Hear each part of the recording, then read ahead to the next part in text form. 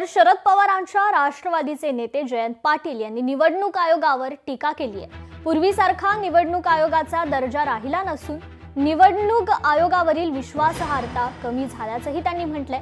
साताऱ्यातील एका कार्यक्रमात ते बोलत होते। माझं मुख्यमंत्र्यांना आव्हान आहे की त्यांनी आमच्या या मोहिमेत सहभागी व्हावं आणि निवडणूक आयोगाला अद्दल घडवून निवडणूक आयोगाला सुधारणा करण्यासाठी हे करावं।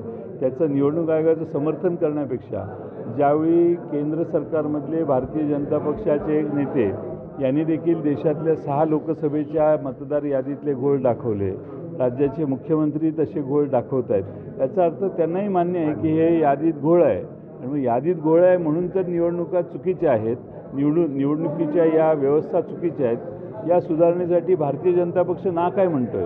भारतीय जनता पक्षाने सांगितलं पाहिजे की विरोधी पक्ष जे म्हणतात त्यांची मागणी रास्त आहे आणि ते मागणी करतात तशा सुधारणा निवडणूक यादीत केल्या, मतदार यादीत केल्या पाहिजे।